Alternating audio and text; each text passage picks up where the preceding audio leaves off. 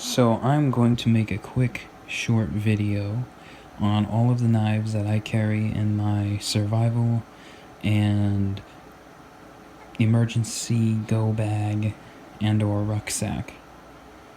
Now, these aren't all the knives that I carry in my rucksack. There are 6 knives laid out on the table, and they're laid out in categories. It's just I filter them out and swap them out sometimes. The first category is hunting and cooking. The second category is survival, and the third category is bushcraft. 3 of these knives I made, and 3 of them I didn't. So, let's get into it. First knife is the Buck 119. This thing is commonly saw and seen to be used as a hunting knife, but personally, I'd rather use it as a cooking knife, as it has a very comfortable handle and a very nice polish on it. It seems more something that you'd find in a kitchen, but in case of emergency, it can be used for hunting. Now, in the same category, we have the Smoky Mountain Blades, which is a small Tennessee shop on the Gatlinburg Strip. Their rendition of a hunting knife as well. This, my sister got for me, and I absolutely love the thing. I would definitely use this as a cooking and hunting knife. Again, I can't see it being used as much as a hunting knife, but cooking, definitely. Next category is survival knives. Now, these survival knives I would use in more everyday situations where I need to chop or baton or anything like that. Situations where I need to cut down a small sapling to make my shelter. That is where these come in. These 2 knives I made myself, and these 2 knives I will show you just about now. This first knife is a clip point guarded style blade. It has proved very useful to me.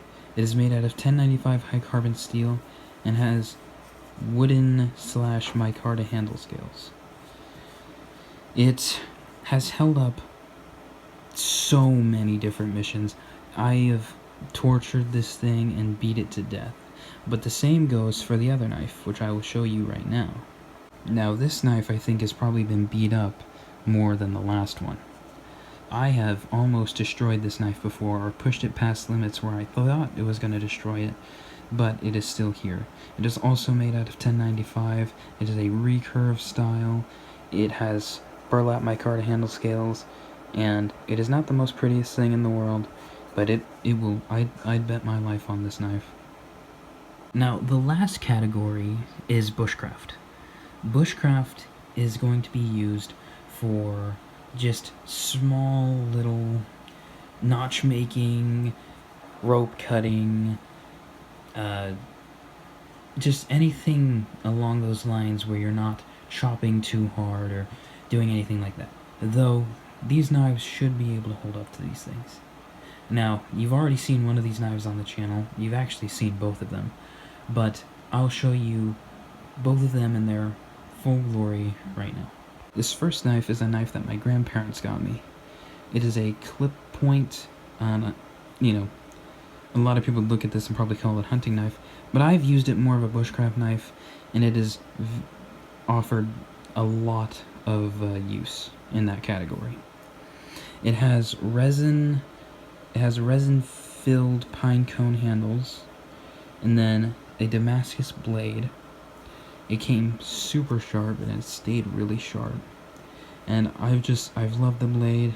The sheath is down there. I love the sheath. It is a very useful knife.